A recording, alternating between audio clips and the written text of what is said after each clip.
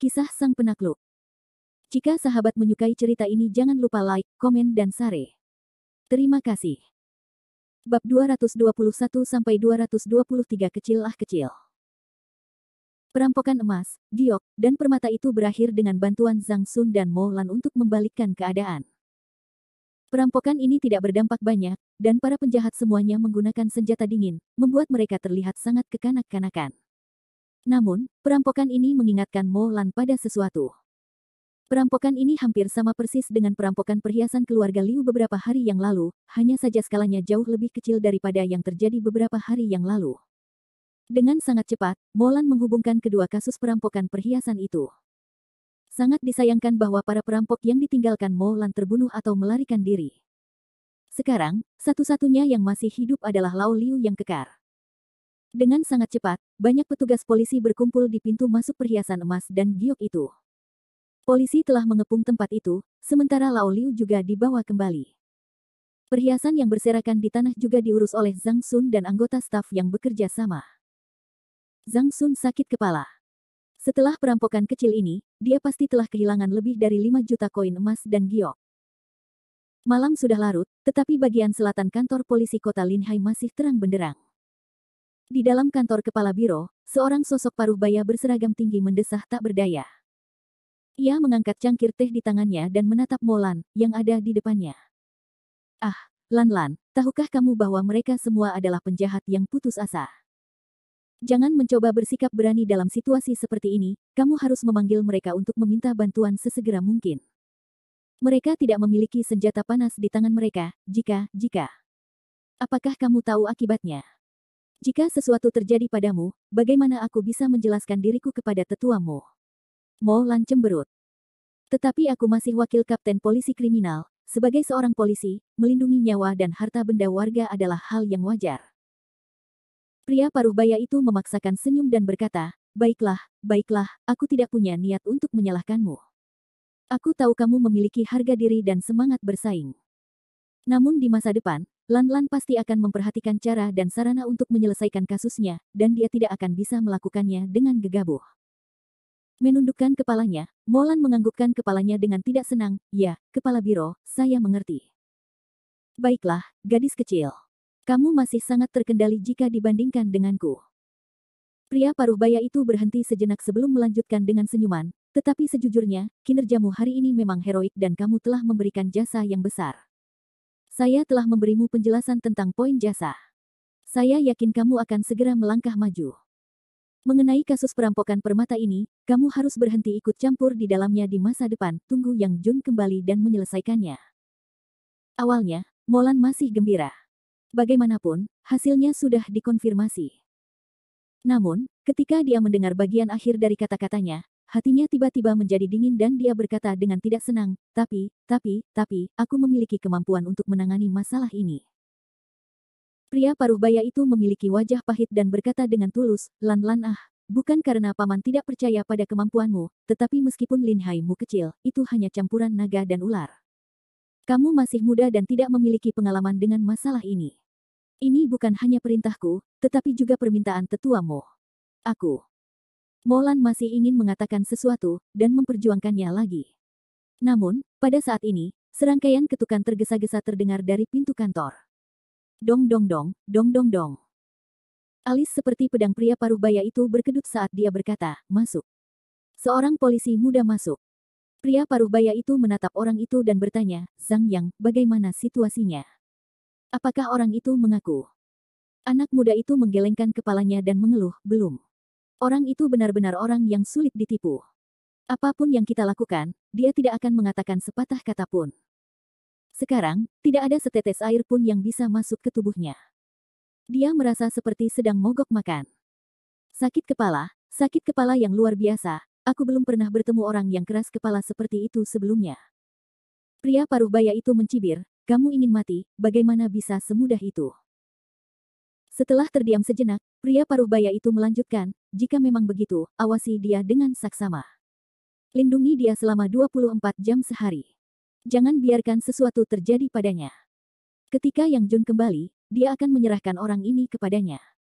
Metode Yang Jun sangat aneh, tidak peduli seberapa kuat tulangnya, hanya sedikit yang tidak mengaku. Aku menduga perampokan perhiasan emas dan giok hari ini ada hubungannya dengan perampokan perhiasan keluarga Liu beberapa hari yang lalu. Kalau kita bisa mendapatkan sesuatu dari mulut bocah ini, kita mungkin bisa menemukan sekelompok penjahat besar dari laut. Baiklah, aku akan mengirim seseorang untuk mengawasinya selama 24 jam. Setelah mengatakan itu, polisi setengah baya itu menganggukkan kepalanya dengan cepat, berbalik dan pergi.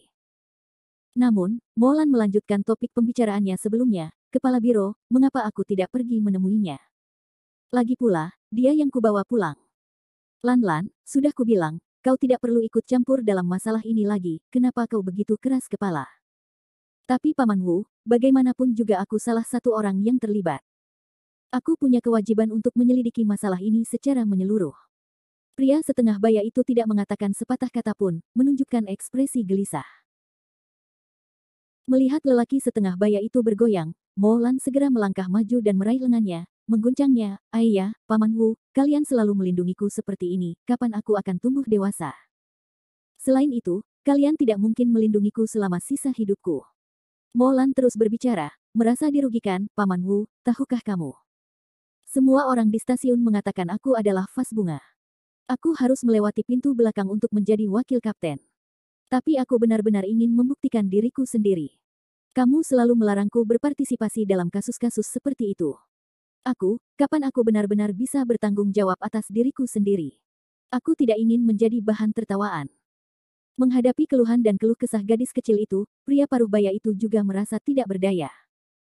Bagaimanapun, Molan benar, dia tidak bisa melindunginya seumur hidupnya. Setelah berpikir sejenak, pria paruh baya itu akhirnya menganggukkan kepalanya dan berkata, baiklah, karena kamu yang terlibat dalam kasus ini, aku akan membuat pengecualian dan mengizinkanmu untuk berpartisipasi. Ya, itu bagus. Paman Wu, aku tahu kamu yang terbaik. Gadis kecil, jangan terlalu cepat senang, aku punya syarat. Pria paruh baya itu menjawab dengan serius, ingatlah bahwa paman ingin kamu berpartisipasi dalam kasus ini karena dia ingin kamu belajar dari pengalaman. Jangan gegabah. Kamu akan menjadi asistennya, jadi jika kamu melakukan sesuatu yang tidak pantas, jangan salahkan pamanmu karena tidak memberitahumu dengan jelas sebelumnya, pamanmu pasti akan mencabut hakmu untuk berpartisipasi dalam penyelidikan. Siap, Tuan. Molan bersemangat, dia mengangkat tangannya dan memberi hormat, menyebabkan pria paruh baya itu tidak tahu apakah harus tertawa atau menangis. Melihat punggung Molan yang tampak bersemangat, pria paruh baya itu tertawa getir, gadis kecil ini benar-benar tidak bisa berbuat apa-apa. Yang lain tidak sabar untuk melarikan diri sejauh yang mereka bisa dalam gugatan bunuh diri semacam ini, tetapi dia tidak ingin dia pergi ke sana. Aku harap bocah Yang Jun itu bisa menjaganya. Pada saat yang sama, di sebuah gunung tandus di perbatasan Linhai dan Samudra Timur, beberapa orang bersembunyi di bawah pohon besar, terengah-engah dengan putus asa. Sial, aku benar-benar jatuh ke tangan nenekku kali ini. Aku tidak menyangka akan bertemu bintang yang begitu buruk saat merampok perhiasan emas dan giok kecil. Benar. Bos, apa yang harus kita lakukan selanjutnya? Kalau tidak, akan lebih baik bagi kita untuk kembali. Kembali. Suara Leng Ning datang dari kegelapan, kembali kemana? Saudara-saudara kita berjuang keras untuk mencuri semua perhiasan keluarga Liu dari komplotan itu, apakah menurutmu banteng gila itu akan membiarkan kita pergi? Bahkan jika kita kembali, kita akan mati. Semua orang ini mendesah tak berdaya. Siapa lagi yang bisa menjadi kelompok orang ini selain bandit-bandit dari Gold Jade Jewelry hari ini? Namun, operasi mereka pada Gold Jade Jewelry kali ini adalah operasi solo di sebuah bukit kecil. Pada saat ini, nasib orang-orang ini sangat tragis. Mereka dikejar oleh duo hitam dan putih. Namun, begitulah hari-hari haus darah berlalu. Satu langkah adalah Raja Surgawi, satu langkah adalah kematian. Inilah yang mereka lakukan. Kami 12 saudara keluar untuk bekerja sendiri. Aku tidak pernah berpikir bahwa kami akan kehilangan setengah dari anggota kami dalam transaksi pertama, Walter, Lao Jiu, Ten Brother, dan Lao Liu. Aku bertanya-tanya bagaimana keadaan mereka sekarang. Memang, aku bertanya-tanya apakah mereka dapat melarikan diri dari gerbang neraka. Pemimpin perampok itu berkata dengan nada meremehkan, berhentilah bicara di sini. Bagaimana mungkin seorang sosok yang telah melakukan sesuatu yang besar tidak mengorbankan dirinya sendiri? Ketika angin bertiup dalam 2 hari ini, aku akan membawamu menyeberangi lautan dan mencuci tanganmu. Dengan perhiasan yang dirampok oleh keluarga Liu dan Jin Yu, itu akan cukup bagi kita saudara-saudara untuk menjalani sisa hidup kita. Mendengar pemimpin perampok itu berbicara, para penjahat yang putus asa ini seolah-olah telah disuntik dengan darah ayam. Mereka dipenuhi dengan harapan untuk sisa hidup mereka. Bos, apakah menurutmu gadis-gadis dari Thomas lebih berpikiran terbuka daripada gadis-gadis di pihak kita? Tentu saja, aku pernah mencobanya sebelumnya, dan aku tidak akan pernah melupakannya selama sisa hidupku. Hehe, Laoer, tunggu saja. Begitu kita pergi ke seberang lautan dan punya uang, berapa banyak gadis yang kita butuhkan? Benar, benar. Kita akan kaya sekali lagi. Tepat saat para perampok itu sedang asyik membicarakan kehidupan bahagia di seberang lautan, terdengar suara dingin dari kegelapan. Haha, semuanya, kurasa kalian tidak akan mendapat kesempatan untuk melihat kehidupan indah di seberang lautan. 6 perampok yang baru saja selamat dari bencana itu tercengang. Pemimpin perampok itu tiba-tiba berdiri dan membentak, siapa yang mempermainkan kita? Semua bandit itu langsung meraih barang-barang di tangan mereka. Pada saat ini, terdengar desahan tak berdaya dari kegelapan, sangat tidak penting, sangat tidak penting. Melolong. Saat dia berbicara, bayangan hitam tipis melintas di bawah sinar bulan dan menembus tubuh ke-6 orang itu. Pada saat yang hampir bersamaan, luka dangkal muncul di masing-masing tenggorokan ke-6 orang itu. Ke-6-nya jatuh ke tanah dengan berantakan. Dan di tengah-tengah mereka berdiri seorang tinggi dan kurus. Sambil melirik ke-6 orang yang tergeletak di tanah, si jangkung dan kurus berpakaian hitam itu tertawa meremehkan. Aku tidak menyangka bahwa seorang ahli gajah naga yang bermartabat akan melakukan tugas yang membosankan seperti itu. Namun, 5 juta tetaplah 5 juta, dan itu cukup untukku belanjakan untuk sementara waktu. Bab 222 ambil uang untuk berbisnis. Lin Hai di larut malam sangat tenang, begitu tenangnya hingga membuat rambut seseorang berdiri tegak. Di dalam sebuah pabrik terbengkalai di kota timur Lin Hai, lampu redup. Seorang jangkung dan kurus mengenakan pakaian kulit hitam berdiri di tengah arena dan menyalakan sebatang rokok. Cahaya merah iblis itu berkedip-kedip di bawah cahaya, tampak sangat mengerikan. Jangkung dan kurus tidak lain adalah pembunuh nomor 4 yang muncul di taman di tengah danau di seberang sekolah menengah pertama Lin Hai nomor 1. Di seberang pria jangkung itu ada sebuah kursi, di mana seorang sosok paruh baya duduk dengan malas. Pria paruh baya itu memiliki tubuh yang tegap, dia tampak berusia 40-an, dan dia memiliki ekspresi licik di wajahnya. Ada bekas luka mengerikan di wajahnya yang tampak garang. Matanya yang menyipit tidak bisa tidak menilai tetua keempat, tiba-tiba memperlihatkan senyum yang cemerlang. Dia menarik napas dalam-dalam dan berkata tanpa ekspresi, Tuan Liu, saya telah menyelesaikan misi Anda. Para pengkhianat itu telah pergi ke jalan menuju Sungai Styx, sekarang saatnya bagi Anda untuk memenuhi janji Anda. 5 juta tidak banyak, tetapi lebih baik menyelesaikannya sesegera mungkin. Pria paruh baya yang duduk di kursi terkekeh dan berdiri dengan tergesa-gesa. Dia tampak sangat seperti harimau yang tersenyum. Saya tidak menyangka Tuan Lou begitu efisien. Dia benar-benar sesuai dengan reputasinya sebagai seorang pembunuh. Berhenti sejenak, pria paruh baya itu mengubah topik pembicaraan, namun, kami memiliki pepatah yang bagus di dunia bawah, bahwa jika Anda ingin melihat seseorang hidup, Anda ingin melihat mayatnya. Tuan Lou baru pergi selama 1 jam ketika dia kembali dan mengatakan bahwa dia telah menyelesaikan tugasnya. 5 juta ini adalah jumlah yang kecil di mata Tuan Lou, tetapi menurut saya, itu masih sangat penting. Wajah pembunuh tua keempat menjadi dingin, dia menyipitkan matanya dan mendengus, bagaimana dengan Tuan Liu? Pria paruh baya itu tertawa terbahak-bahak, Tuan Lou, sepertinya kita harus menunggu hadiah 5 juta. Karena Tuan Lou tidak membawa kembali kepala para pengkhianat itu, kita harus menunggu saja berita Lin Hai. Sepertinya dengan begitu banyak orang yang tewas, berita Lin Hai akan segera muncul. Kakak keempat si pembunuh mendengus dingin, sepertinya Tuan Liu ingin membatalkan kontrak. Aku, Dragon and Tiger Rankings, selalu menjadi orang yang paling jujur dan apa adanya. Lagi pula, aku bukan kuli angkut, jadi tidak ada alasan bagiku untuk membawa kembali kepala-kepala berdarah itu. Tuan Liu, tolong bayar aku 5 juta. Mendengar kata-kata kasar dari tetua keempat, wajah pria paruh baya itu langsung menjadi tidak sedap dipandang. Tanpa menunggu lelaki setengah baya itu berbicara, adik laki-lakinya melompat keluar, menunjuk ke arah saudara laki-laki keempat si pembunuh dan berkata, apa yang kamu ocehkan, kamu tidak ingin hidup lagi, kan? Bos kami menyuruhmu untuk menunggu di sini dan menunggunya. Jika kamu berani mengatakan sepatah kata pun, lebih baik kamu berhati-hati atau aku akan membunuhmu. Pria setengah baya itu tidak menghentikannya. Sebaliknya, dengan lambaian tangannya, puluhan anak haus darah yang mengenakan berbagai jenis pakaian bergegas keluar dari pabrik yang ditinggalkan dari segala arah. Orang-orang itu semua memegang berbagai jenis senjata. Ada pedang baja, batang besi, dan bahkan kapak. Mereka tampak seperti orang tua kolot. Saudara keempat, yang juga cukup marah, tertawa terbahak-bahak dan berkata dalam hati, menarik, sangat menarik.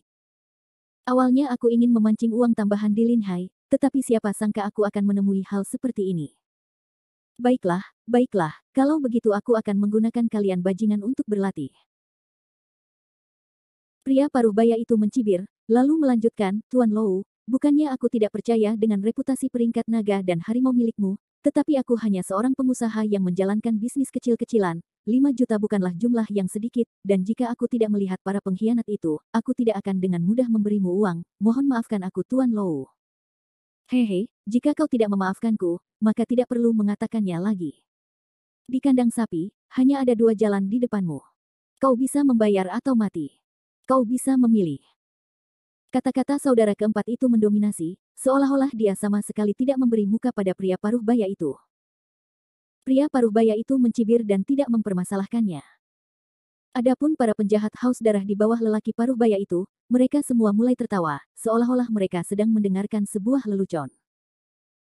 Pemimpinnya, seorang anak laki-laki berambut hijau dengan pisau kecil di tangannya, berjalan mendekati pembunuh keempat. Dia melambaikan pisau di tangannya dan mengancam, hei bocah, apa kau tidak melihat situasinya? Sial, kau masih berani bersikap sombong di saat seperti ini. Aku menyarankanmu untuk mendengarkan bos kami dan menunggu dengan patuh. Jika tidak, kami saudara-saudara akan menenggelamkanmu dengan satu ludah. Jangan berpikir bahwa hanya karena kau seorang asasin di peringkat naga dan harimau berarti kau hebat. Ada pepatah, manusia adalah segalanya, kau tahu itu. Saat dia berbicara, bocah berambut hijau itu mengulurkan tangannya dan menamparkan pisau itu ke arah wajah tetua keempat pembunuh itu. Bos keempat kemudian menekan pergelangan tangan bocah berambut hijau itu, kau adalah orang pertama yang berani berbicara dengan peringkat naga dan harimauku. Saat dia berbicara, niat membunuh yang jahat tampak di wajah saudara keempat, menyebabkan hati orang-orang menjadi dingin. Lepaskan, lepaskan, cepat lepaskan, apa yang coba kau lakukan, kata si bocah berambut hijau ketakutan. Namun, sudah terlambat ketika dia menyadari bahayanya. Si pembunuh All-Four segera memutar pergelangan tangan bocah berambut hijau itu. Bilah pisau di tangan bocah berambut hijau itu diarahkan ke lehernya sendiri. Pembunuh keempat tersenyum sinis, dan dengan jentikan pergelangan tangannya, cahaya darah menyembur keluar dari leher bocah berambut hijau itu. Bos, bos, setelah berteriak 2 kali, bocah berambut hijau itu langsung jatuh ke genangan darah. Membunuh orang itu mudah, dan itu juga sangat mudah. Langkah ini memang membuat geng di pabrik terbengkalai itu ketakutan setengah mati. Orang-orang ini tampaknya memiliki banyak orang, tetapi mereka hanyalah sekelompok orang yang beraneka ragam. Dibandingkan dengan anak serigala biasa yang haus darah dari geng serigala surgawi, itu seperti perbedaan antara awan dan lumpur. Pria paruh baya itu terkejut dan segera berdiri dari kursinya. Pada saat ini, mata 40 hingga 50 penjahat semuanya tertuju pada pria paruh baya itu. Dapat dikatakan bahwa saat ini, semua orang menjadikan pria paruh baya itu sebagai tulang punggung mereka. Meskipun dia gugup, dia tetap harus bersikap tenang. Bagaimanapun, puluhan orang di bawahnya semua menatapnya, jika dia mengakui kekalahannya sekarang, maka di masa depan, tidak akan ada lagi gengsi baginya di depan saudara-saudaranya. Namun, dia tidak tahu bahwa saat dia berbicara, tidak akan ada lagi masa depan baginya. Lou, kamu terlalu lancang. Kamu benar-benar berani membunuh saudaraku di wilayahku. Apakah kamu percaya bahwa aku tidak akan membiarkanmu meninggalkan Linhai? Saudara keempat mencibir dan menyalakan sebatang rokok lagi. Oke, aku ingin melihat apakah kamu memiliki kemampuan untuk melakukannya. Saudara-saudara, ayo pergi dan kuliti bocah ini hidup-hidup sehingga dia bisa membalas dendam untuk Li Suang. Dengan lambaian tangannya, puluhan orang mengepung pembunuh keempat. Di sisi lain, tetua keempat sama sekali tidak takut, dia sangat bersemangat, sudah lama sekali aku tidak bertarung. Bagus, bagus, hari ini aku akan memulai pembantaian dan menghapus namamu dari Linhai-ku. Saat dia berkata demikian, dia melemparkan rokok yang menyala di tangannya tinggi-tinggi ke udara dan menyerbu kerumunan seperti seekor harimau yang ganas. Dia tidak tahu kapan, tetapi seutas kawat baja telah muncul di tangannya. Kawat baja itu sangat tajam, dan memancarkan cahaya dingin yang suram. Bagaimanapun, mereka adalah para ahli dari tahap Gajah Naga, bagaimana mungkin orang-orang biasa ini dapat melawan mereka? Sebuah bayangan melintas seperti hantu, para penjahat ini bahkan tidak tahu di mana bos keempat berada, mereka hanya melihat bayangan melintas, dan beberapa dari mereka jatuh ke tanah. Ada garis merah di leher mereka. Semua arteri mereka telah terpotong. Matanya merah, tetapi saat ini dia lebih takut daripada marah. Sejak Assassin All-4 menyerangnya, dia merasa seperti tidak sedang melawan manusia. Itu hanya masalah beberapa detik, tetapi kandang sapi itu terasa lama seolah-olah sudah ada selama berabad-abad. Dia melihat saudara-saudaranya jatuh satu persatu di depannya, berubah menjadi mayat. Pedang baja yang awalnya dipegang erat di tangannya jatuh ke tanah dengan suara berdenting.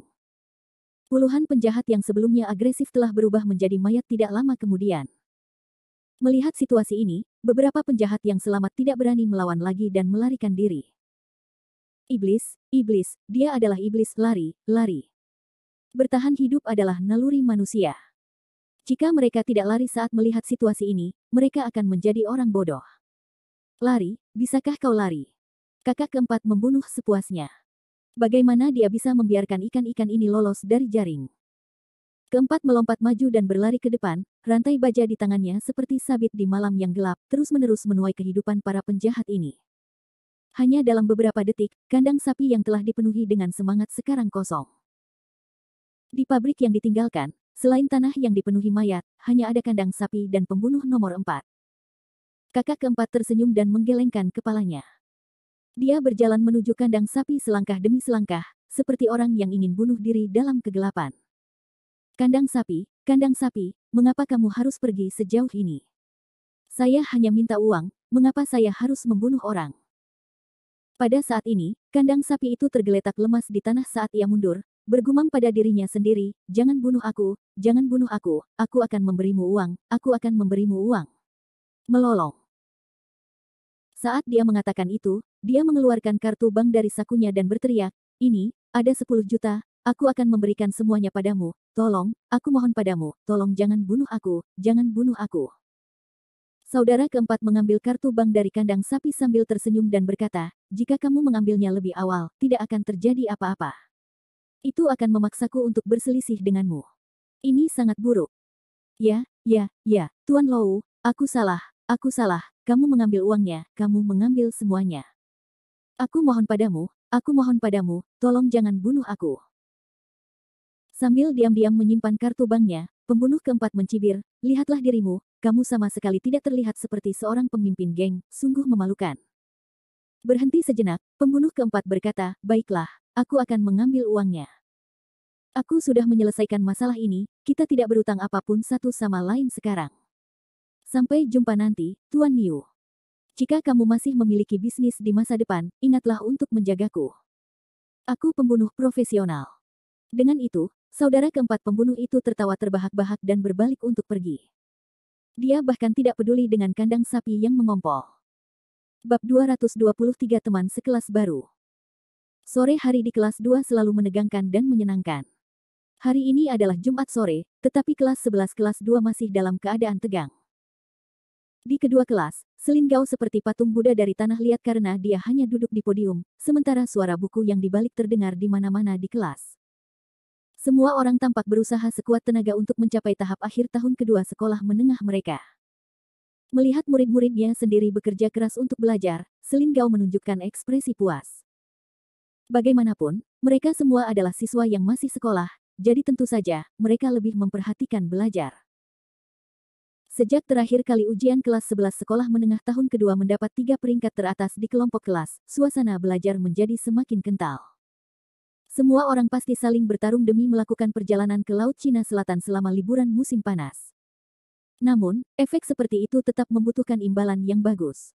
Selin Gao tersenyum tipis di wajahnya. Saat dia bersiap untuk kelas, dia melirik Kevin Ye di dekatnya dan akhirnya menggelengkan kepalanya tanpa daya.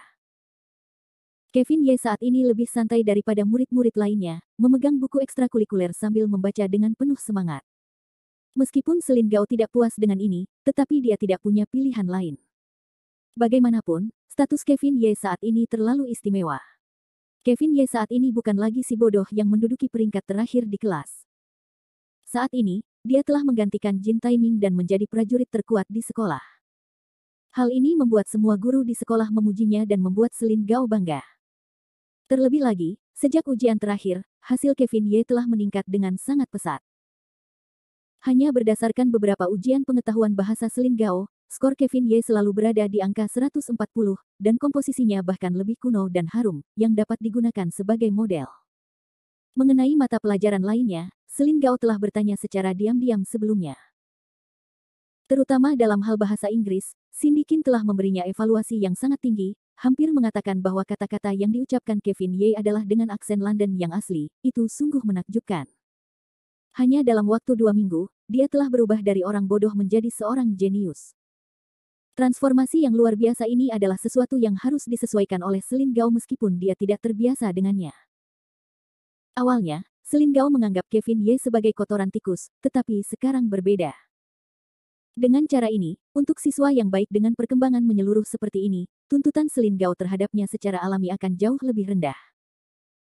Ditambah lagi, fakta bahwa Presiden Jiang telah menyebutkan Kevin Ye beberapa kali, sengaja atau tidak sengaja, membuat Selin Gao tidak berani bersikap terlalu lancang terhadapnya. Namun, Selin Gao saat ini menatapnya seolah-olah dia sedang melihat harta karun. Yang berdiri di samping Kevin Ye, menggigit bibirnya dan dengan muram melihat kertas rias di atas meja. Salah satu masalah 3 dimensi membuat Lin Sailing memeras otaknya, dan dia memeras otaknya untuk waktu yang lama. Sepertinya Lin Sailing lebih tertarik dengan topik ini. Kevin Ye menoleh ke belakang, dan melihat hidung Lin Sailing yang keriput, dia tertawa main-main. Harus dikatakan bahwa penampilan Lin Sailing benar-benar menawan. Meskipun dia tidak seanggun Mia Fang, tetapi dia masih merupakan batu giok dari keluarga kecil. Perlahan-lahan menutup buku di tangannya, Kevin Ye cemberut dan berkata kepada Lin Sailing, "Gadis cantik, apakah kamu butuh bantuan?" Lin Sailing terkejut, mulutnya yang kecil bergumam, seolah-olah dia sangat tidak puas, "Apakah kamu tahu caranya?" Meskipun kinerja Kevin Ye dalam periode waktu ini sangat menarik perhatian, dan bahkan hasilnya telah meningkat pesat, itu masih merupakan titik lemah. Matematika adalah sesuatu yang paling dikuasai Lin Sailing, sebuah pertanyaan yang bahkan Lin Sailing tidak dapat menyelesaikannya sendiri, jadi Lin Sailing tidak percaya bahwa Kevin Ye dapat menyelesaikannya. Kevin Ye tersenyum dan mengambil kertas ujian di meja Lin Sailing, "Aku bisa mencobanya." Dengan itu, Kevin Ye mengeluarkan pensil dari kantongnya dan menggambar garis sekunder pada geometri 3 dimensi kertas ujian. Lin Sailing sedang membaca di sampingnya, tetapi yang dibacanya bukanlah kertas ujian, tetapi Kevin Ye. Meskipun ini bukan pertama kalinya dia melihat Kevin Ye menyelesaikan sebuah pertanyaan, Lin Sailing tidak dapat menahan diri untuk tidak melihatnya beberapa kali lagi. Karena setiap kali Kevin Ye fokus pada sesuatu, hasilnya akan terlihat sangat bagus. Setelah menggambar garis pendukung, Kevin Ye sibuk menulis sesuatu di kertas ujian. Tak lama kemudian, matanya berbinar dan dia mulai tertawa. "Baiklah, aku sudah selesai. Coba lihat." Setelah itu, Kevin Ye mengembalikan kertas ujian ke Lin Sailing. Lin Sailing terkejut sesaat, seolah-olah dia belum pulih dari ketenangannya. "Ah, semuanya sudah berakhir begitu cepat." Lin Sailing bergumam kaget. Dia tidak bisa menahan perasaan aneh ketika dia melihat wajah Kevin Ye, tetapi dia lebih bingung. Sekali lagi, dia melirik wajah Kevin Ye dengan enggan, dan baru kemudian tatapan Lin Sailing kembali ke kertas ujian. Namun, ketika dia melihat proses di balik pertanyaan Kevin Ye, mulutnya langsung membentuk huruf O. Alur pikiran Kevin Ye sangat jelas, dan jawabannya sangat sederhana. Ditambah dengan tulisan tangan yang elegan, pertanyaan ini bisa dikatakan sempurna.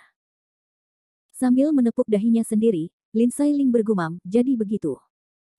Mengapa aku tidak memikirkannya?"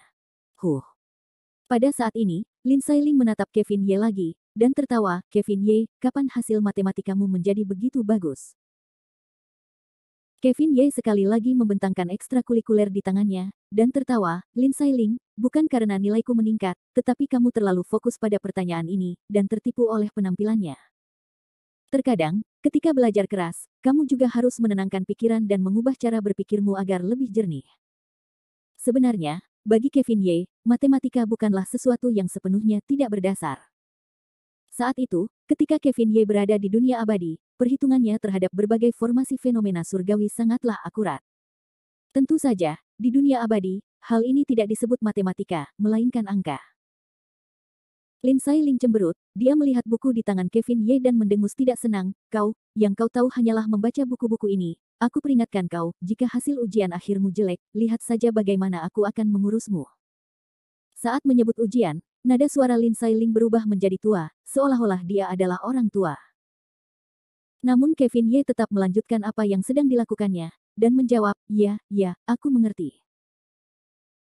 Melihat tatapan nakal Kevin Ye, Lin Sailing ingin melangkah maju dan mencubit wajah Kevin Ye dengan keras, tetapi sayangnya, ini adalah ruang kelas, jika dia benar-benar melakukannya, dia akan menjadi pusat perhatian seluruh kelas. Tepat saat Kevin Ye sedang menggoda Lin Sailing, sebuah sosok tiba-tiba muncul di pintu masuk kelas 11 tahun kedua. Guru Gao, keluarlah sebentar. Suara ini benar-benar mengganggu kelas 11 SMA tahun kedua yang sedang belajar mandiri. Semua orang sangat penasaran, dan mereka semua mengalihkan pandangan mereka ke arah pintu. Dia melihat seorang sosok pendek dan gemuk berdiri di pintu kelas 11 SMA tahun kedua. Namun, meskipun penampilan orang ini biasa-biasa saja, dia tetaplah seorang sosok terkenal di sekolah. Orang ini tidak lain adalah direktur kami, Dayang Wei. Dayang Wei, ini Dayang Wei. Apa yang dia lakukan di sini saat ini? Apakah ada sesuatu yang terjadi di kelas kita? Siapa yang tahu? Tatapan semua siswa di kelas itu tertuju pada Kevin Ye pada saat yang bersamaan. Bagaimanapun, dia sudah bersekolah selama 2 tahun, dan masalah yang ditimbulkannya tidak sebesar masalah yang ditimbulkan Kevin Ye selama 2 minggu terakhir. Menghadapi tatapan penuh tanya seperti itu, Kevin Ye hanya bisa memutar matanya, dan berpikir, apa hubungannya ini denganku?